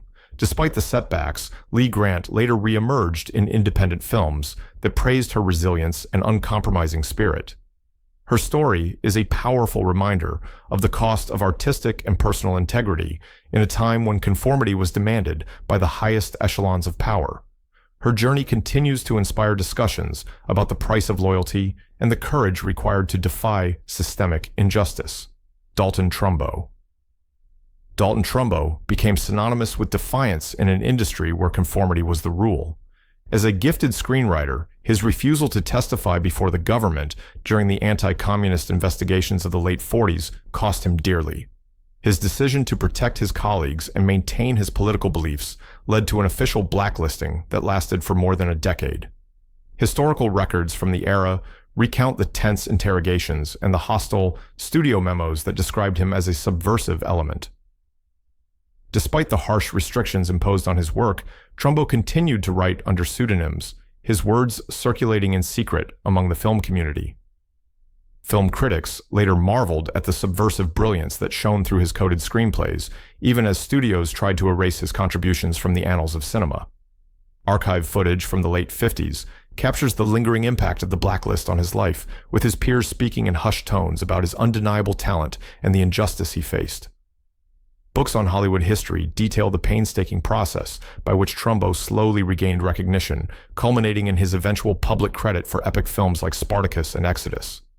His story is a testament to the enduring power of creative expression in the face of systemic repression, a narrative that continues to resonate with advocates of free speech and artistic independence. Edward Dmytryk. Edward Dmytryk's story is one of initial resistance and eventual capitulation under relentless pressure. As one of the Hollywood 10, he initially refused to cooperate with government investigations that sought to expose alleged communist influences in the film industry. His early defiance was met with severe consequences, including jail time and an industry-wide blacklist that nearly ended his career. Official studio memos and government reports from the era indicate that Dmytryk was portrayed as a dangerous radical, a label that made studios hesitant to cast him in any significant roles. The intense scrutiny and isolation eventually led him to reconsider his position. In a controversial decision that split opinion among his peers, he chose to cooperate with the authorities, providing names and details that facilitated his return to work. Contemporary reviews of his later films reflect a mixed legacy, with some critics viewing his decision as a necessary compromise, while others saw it as a betrayal of his earlier ideals. Detailed biographies note that the personal cost of his decision was immense, affecting both his professional reputation and personal relationships. The archival evidence suggests that while his return to Hollywood was marked by small successes, the shadow of his earlier resistance lingered throughout his later career. His case remains one of the most complex narratives of the era, illustrating the crushing weight of external pressures on even the most talented individuals. Gail Russell. Gail Russell emerged as a promising star in the golden era of cinema, before the studio system began to dictate every aspect of her life. Known for her captivating performances in films of the early 40s, she soon found herself at odds with the controlling hands of Paramount Pictures. When the studio attempted to orchestrate her public persona through a forced publicity marriage and relentless social obligations, she resisted. Reports from the time describe how executives grew increasingly frustrated with her refusal to conform to their carefully crafted image. Confidential memos reveal that her independent streak was seen as a liability rather than a strength. The resulting backlash was swift and severe, leading to a gradual erasure of her once promising career. Newspaper articles from the period recount the dramatic decline of a star whose talent was overshadowed by her unwillingness to play along with Hollywood's demands. Biographical accounts emphasize that the studio system viewed her as a threat to the controlled narratives that had been meticulously built over decades. Despite a brief resurgence in smaller films, her name eventually faded from the marquee. Her story, preserved in the archives of film history, serves as a stark reminder of the harsh realities faced by those who dared to resist a system built on rigid conformity and absolute control. Karen Morley. Karen Morley was a bright light in Hollywood during the early years of the talkies, whose career was cut short by an unwavering commitment to her principles. As a rising star at MGM, she became entangled in the political turmoil of her time when she refused to provide testimony against fellow artists during heated investigations. Historical documents indicate that her refusal to cooperate with government pressure led to her name being quietly excised from casting lists. Industry insiders recalled that her outspoken nature made her a target for those in power who were determined to suppress dissent. Biographies published in later years reveal that her early films, marked by a unique blend of vulnerability and strength, were sidelined as the studios moved in a more conservative direction. Archival records from the era note that her progressive stance was both admired and reviled in equal measure. Although her career never fully recovered her legacy as a pioneer who challenged the status quo endures. Detailed accounts of her interviews and public statements provide a rare glimpse into the challenges faced by artists who resisted the pressures to conform. Karen Morley remains a symbol of integrity and defiance in an industry known for its rigid control over talent and public image. Karen Morley. Karen Morley was a bright light in Hollywood during the early years of the talkies, whose career was cut short by an unwavering commitment to her principles. As a rising star at MGM, she became entangled in the political turmoil of her time when she refused to provide testimony against fellow artists during heated investigations. Historical documents indicate that her refusal to cooperate with government pressure led to her name being quietly excised from casting lists. Industry insiders recalled that her outspoken nature made her a target for those in power who were determined to suppress dissent. Biographies published in later years reveal that her early films, marked by a unique blend of vulnerability and strength, were sidelined as the studios moved in a more conservative direction. Archival records from the era note that her progressive stance was both admired and reviled in equal measure. Although her career never fully recovered her legacy as a pioneer who challenged the status quo endures. Detailed accounts of her interviews and public statements provide a rare glimpse into the challenges faced by artists who resisted the pressures to conform. Karen Morley remains a symbol of integrity and defiance in an industry known for its rigid control over talent and public image. Dick Powell. Dick Powell redefined his career by boldly rejecting the musical roles that had once made him a household name. In the early 40s, as he sought to transition from charming musical leads to more serious dramatic roles, the pressure from Warner Brothers grew immense. Studio executives were unwilling to let go of the formula that had proven successful, and Powell found himself caught in a battle for creative control. trade publications from that era detail the heated negotiations and the mounting frustration on both sides, as Powell insisted on pursuing roles that showcased his dramatic range. Confidential studio memos later revealed that his insistence on breaking free from typecasting was viewed as a direct challenge to the established order. Critics of the time noted that his departure from musical comedies was a risky move that ultimately led to a period of professional uncertainty. His decision to leave the studio system, while controversial, opened the door for him to star in noir films that redefined his image. Film historians now regard his transition as one of the earliest examples of an actor reclaiming artistic freedom from the corporate machine. The echoes of his bold stand continue to resonate in contemporary discussions about the evolution of genre and actor autonomy. Dick Powell's story stands as a vivid illustration of the clash between personal ambition and the strictures of studio power. Betty Hutton. Betty Hutton, once one of Hollywood's brightest comedic talents, found herself at odds with the very system that had catapulted her to fame. During the late 40s and early 50s, her unyielding refusal to submit to rigid studio control created friction with high-level executives. Documents from that period reveal that Hutton's conflicts with directors and producers were not merely matters of personal temperament, but a fundamental rejection of imposed public image and career manipulation. Sources from the era indicate that when she walked away from a popular television series, it was not out of whim, but as a deliberate stand against the predetermined scripts and forced publicity events.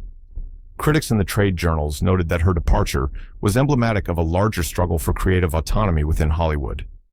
Despite being one of the highest-paid actresses of her time, the backlash from the studios relegated her to roles that failed to capture her full talent.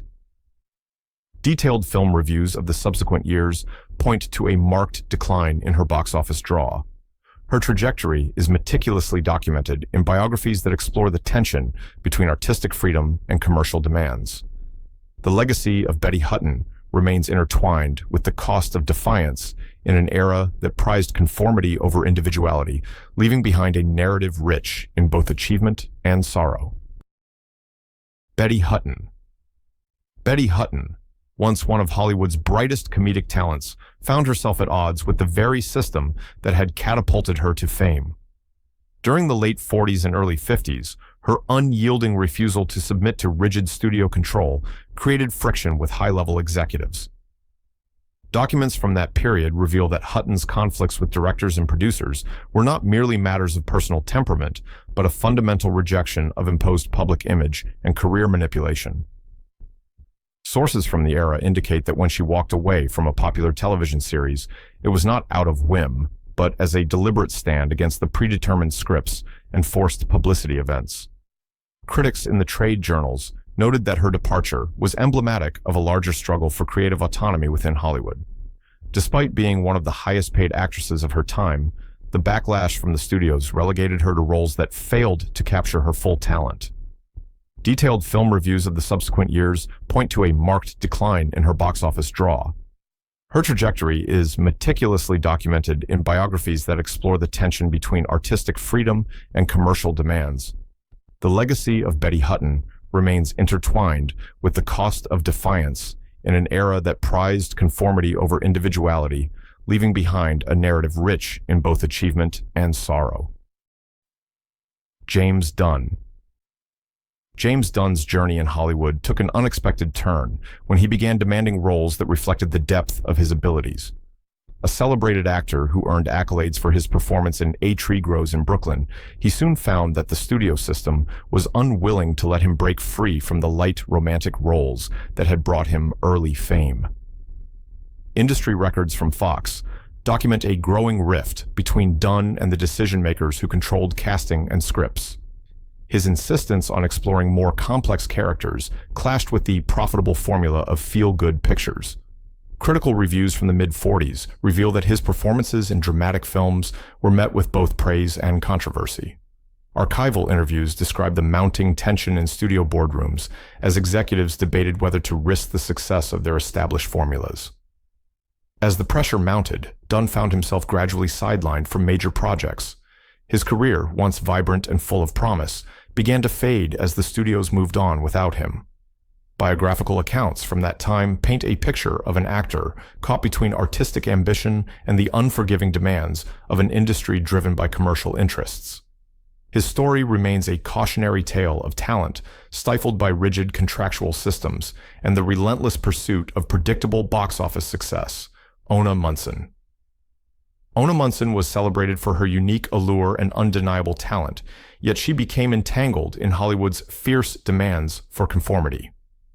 Best known for a memorable role that captured the imagination of audiences, her off-screen life soon became a battleground over issues of personal freedom and authenticity. As rumors about her private life circulated, studio executives grew increasingly wary of her refusal to hide the truth about her relationships. Confidential studio communications from the late 30s indicate that her unwillingness to conform to a sanitized image led to her gradual marginalization in major film projects. Newspaper articles from the era recount how her roles began to shrink as the studios tightened their grip on star images. Critics observed that despite her enduring talent, the industry's desire for a controlled public persona overshadowed her natural charisma. Biographical sources detail the struggles she endured, including harsh scrutiny from gossip columnists and tabloid reporters who relished every misstep. In a time when every personal detail was manipulated for profit, Ona Munson's story stands as a poignant example of the cost of authenticity. Her eventual disappearance from leading roles marked the end of an era defined by a refusal to be molded by external expectations. Frances Farmer. Frances Farmer's defiant spirit and uncompromising nature collided with Hollywood's strict standards in a dramatic fashion. A star whose early career shone brightly, she soon found herself battling a system that demanded complete obedience. When faced with constant pressure to alter her appearance and behavior for public consumption, she boldly resisted the carefully scripted image imposed upon her. Historical newspaper clippings document heated exchanges between her representatives and studio executives, underscoring the intense scrutiny that accompanied her every move. Biographies detail a turbulent period, marked by public outbursts and personal struggles that were sensationalized by the press. The studio system, unwilling to tolerate such unpredictability, gradually sidelined her from high-profile projects. The resulting isolation and forced institutionalization have since become a subject of intense scrutiny among film historians. Interviews with industry veterans recount the shock and dismay that accompanied her fall from grace.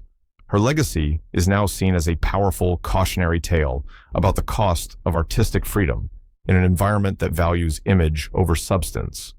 The records of her tumultuous journey continue to spark debate about the harsh realities faced by stars who dared to defy convention.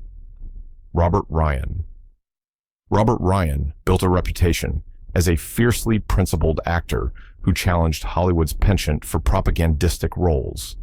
Known for his intense portrayals in wartime dramas, he soon found himself at odds with studio executives who insisted he participate in patriotic campaigns during World War II. Industry documents from the early 50s reveal that his refusal to endorse exaggerated war bond tours and overly heroic portrayals was seen as an act of rebellion.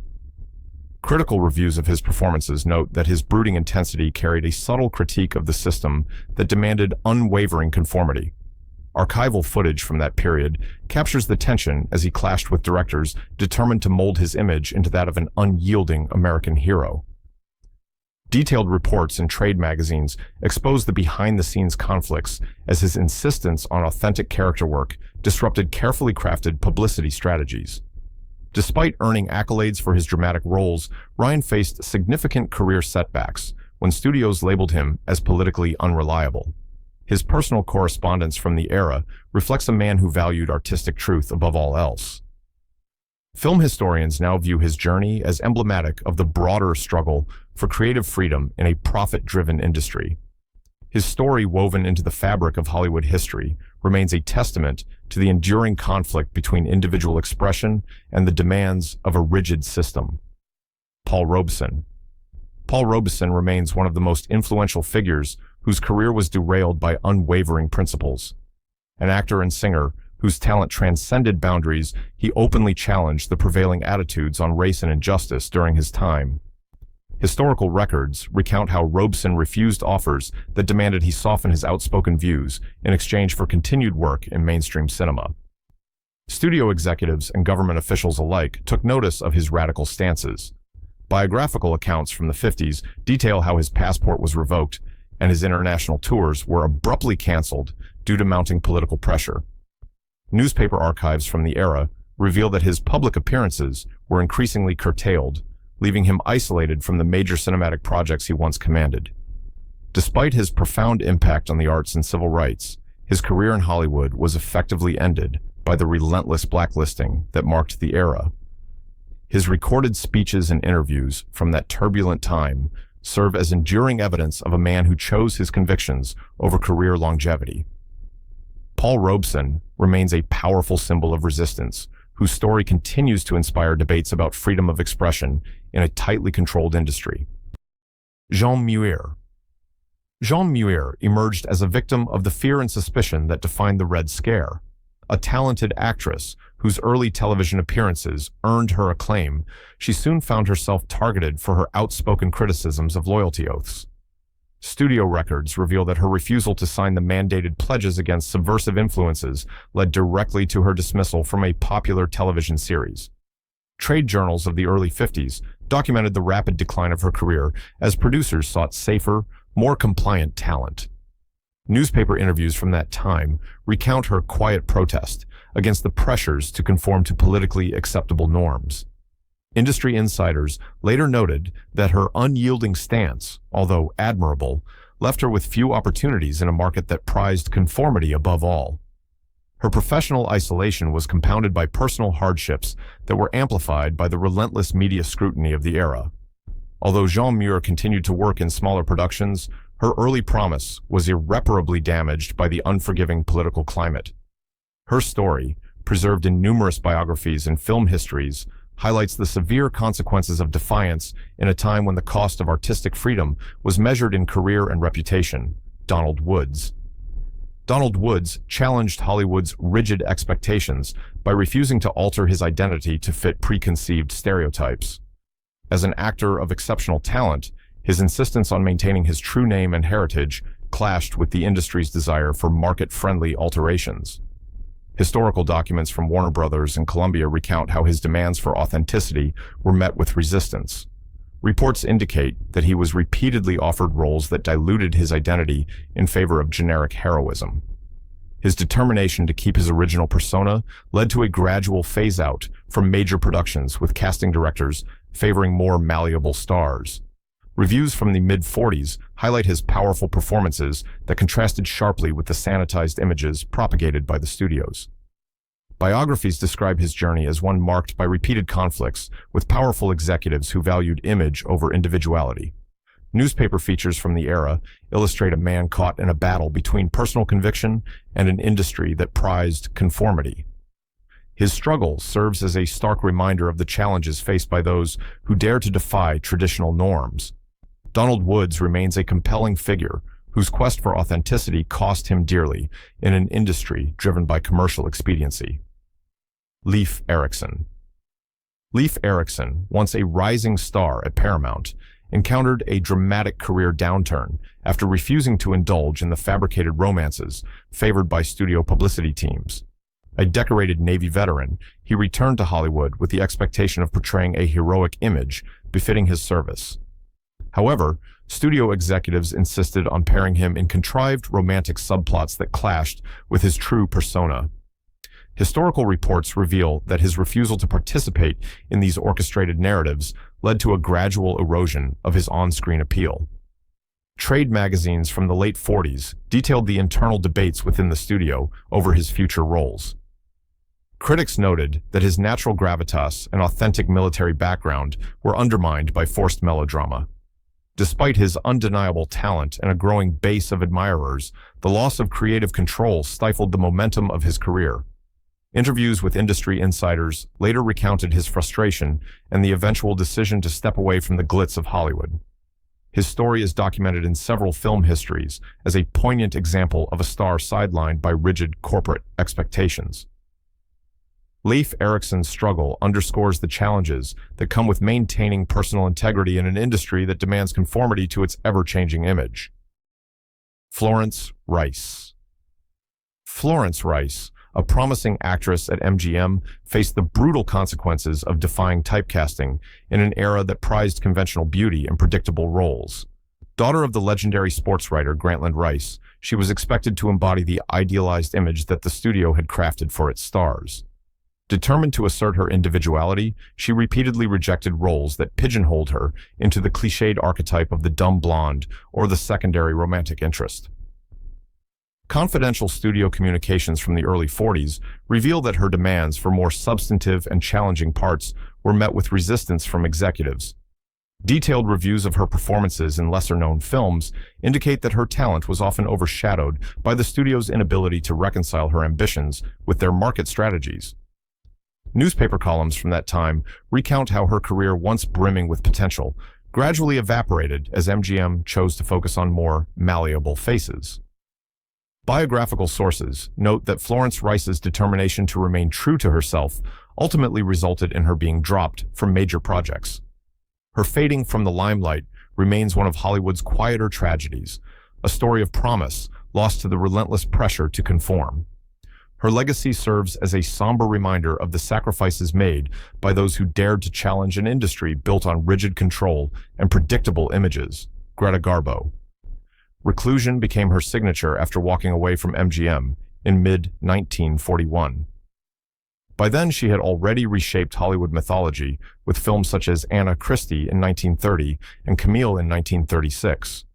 MGM's contract required stars to attend lavish publicity tours, yet in October of 1938, she refused a 9-city European promotional circuit, citing exhaustion and a desire for privacy. Studio correspondence from that year reveals executives branding her as uncooperative and fretting over lost marketing opportunities. After completing her final film, Two-Faced Woman, in May 1941, she declined MGM's offer of a 5-year renewal, allowing her contract to lapse on June 30th. Newspaper reports described a tense meeting in Louis B. Mayer's office, where Garbo insisted she would never return to the screen. Her famous line, "I want to be alone," had become reality, and she retreated to New York, living quietly until her death in 1990. Biographers note that her withdrawal dealt a severe blow to MGM's prestige roster, illustrating the cost studios paid when a top star refused their carefully scripted image and demands. Luise Rainer. 2 Academy Awards in 2 years could not shield her from studio wrath. After winning Best Actress for The Great Ziegfeld in 1936 and The Good Earth in 1937, Rainer clashed with MGM over her next assignments. In late 1938, she rejected the lead in Marie Antoinette, deeming the script historically inaccurate. Memos from producer Irving Thalberg describe heated exchanges in December 1938, where Rainer argued for more nuanced roles. By February 1939, MGM placed her on suspension, citing unwillingness to fulfill contractual obligations. When she refused an overseas shoot for a planned sequel to The Good Earth, her contract was terminated that June. Trade publications noted that the studio swiftly replaced her with younger talent, effectively erasing her from major productions. Despite attempts to revive her career in Europe, Rainer never regained her Hollywood footing. Her experience underscores how even the highest-paid stars risked exile by defying studio edicts on casting and creative control. Clara Bow. The It Girl's glittering smile faded amid a storm of studio demands. Paramount's top box office draw in 1927 and 1928, Bow resisted a push toward more controlled performances and public appearances. In early 1931, she walked off the set of The Secret Call after refusing director instructions to redo a scene until her nervous exhaustion forced her into hospital care. Internal Paramount reports label her emotionally unstable and cite her refusal to attend mandatory publicity classes. By late 1932, following a series of personal breakdowns and a very public divorce, the studio opted not to renew her contract when it expired on December 31st. Press accounts at the time spoke of a star broken by her own fame, yet Bow's decision to reject forced promotional tours and scripted interviews set a precedent. Hollywood would not tolerate unpredictable behavior, no matter how bankable the talent. She retired quietly in 1933, leaving behind an indelible legacy of both cinematic innovation and the perils of defying studio control. Norma Talmadge. A silent era queen, she refused to embrace talking pictures and paid with career oblivion. Talmadge ruled the box office from 1917 through 1927 under a contract with First National Pictures. When the studio offered her a lucrative 5-picture deal in early 1929 contingent on speaking roles, she declined, insisting that sound films compromised her artistic integrity. Internal studio letters from March 1929 expressed frustration at her unwillingness to adapt to new technology. By August, her contract was allowed to lapse, and she withdrew from public life, later admitting in a 1932 interview that the transition terrified her.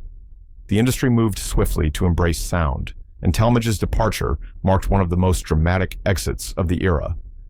Though she briefly returned for a stage tour in 1931, her name vanished from film credits thereafter. Her story illustrates the rigid expectations studios placed on stars to evolve on their terms, and the swift consequences for those who refused. Claudette Colbert. A savvy actress, she stood her ground against Paramount's script demands. After winning an Oscar for It Happened One Night in 1934, Colbert was offered a leading role in Cleopatra the following year. When script rewrites reduced the Queen to a secondary character, she rejected the part in November 1935. Studio records show Paramount attempted to discipline her by suspending her pay for 2 months. In August 1937, she filed a breach of contract suit seeking $1 million, arguing the studio had forced her into projects beneath her stature. Trade papers described her legal action as audacious, but noted it prompted other stars to question their own contracts. By April 1938, she negotiated a release from her long-term contract and began freelancing, securing top roles at Columbia and MGM thereafter. Her maneuver not only preserved her career, but signaled to Hollywood that even a leading lady could defy studio scripts and emerge stronger.